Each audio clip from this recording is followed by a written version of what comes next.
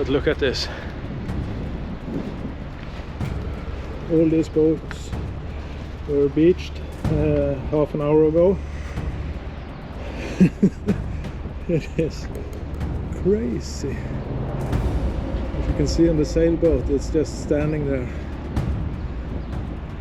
And some of the boat totally dry. I've never seen anything like this before. It is really fascinating. And all these boats have been stranded here for a couple of hours now. The gateway is dry. Look at this. I've never seen anything like this before. Here you have the ocean. And because it's low tide, they built a pool so that the boats on the inside marina doesn't get beached and stranded. But that means that they are locked inside for a couple of more hours.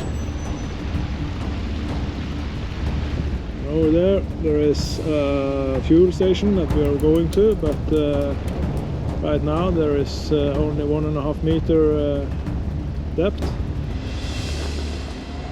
So we have to wait